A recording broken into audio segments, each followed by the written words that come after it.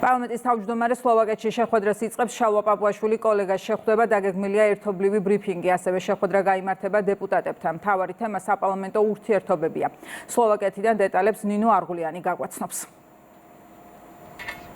საპარლამენტაშორისო ურთიერთობები, პოლიტიკური და ეკონომიკური კავშირების გაღრმავება და სლოვაკეთის გამოცდილების გაზიარება განათლების რეფორმის თვალსაზრისით. ეს ის მთავარი საკითხებია, რაზეც შალვა პაპუაშვილი და საქართველოს დელეგაციის წევრები აქ სლოვაკეთში უმაღლეს დონეზე გამართული შეხვედრებისას ისაუბრებენ. რამდენიმე წუთში უნდა დაიწყოს სლოვაკეთის პარლამენტში ორი ქვეყნის პარლამენტის თავმჯდომარის შეხვედრა, რომლის შემდეგაც ჩვენ მედია მოვისმენთ ერთობლივ განცხადებებსაც. მანამდე კი დელეგაციის წევრები ამბობენ, რომ ბრიუსელის აგრესიული პოლიტიკისა და რიტორიკის ფონზე საქართველოსთვის ევროკავშირის წევრ სახელმწიფოებთან დიალოგი განსაკუთრებით მნიშვნელოვანია, მით უფრო სლოვაკეთთან, ამ ქვეყანასთან, რომელმაც ბევრჯერ დაამტკიცა, რომ საქართველოს ერთგული მეგობარი და საიმედო პარტნიორია ევროპულ გაერთიანებაში.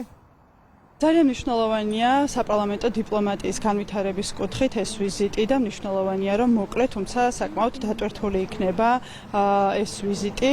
ჩვენ გვექნება შეხვედრები სხვადასხვა მიმართულებით, ერთ-ერთი აქცენტი გაკეთდება განათლების მიმართულებით.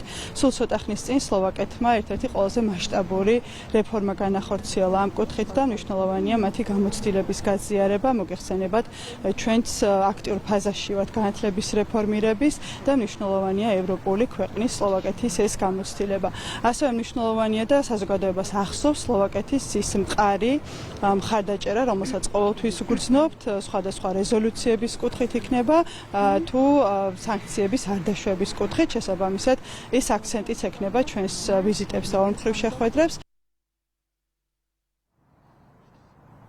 ჩვენ უკვე სლოვაკეთის პარლამენტში ვიმყოფებით, სადაც რამდენიმე წუთში უნდა დაიწყოს შალვა პაპუაშვილისა და მასპინძელი ქვეყნის პარლამენტის თავმჯდომარის შეხვედრა. მოგვიანებით კი მოვისმენთ ერთობლივ განცხადებას. ეს პირველი შემთხვევაა, როდესაც საქართველოს პარლამენტის თავმჯდომარე ოფიციალური ვიზიტით სლოვაკეთის დედაქალაქში იმყოფება.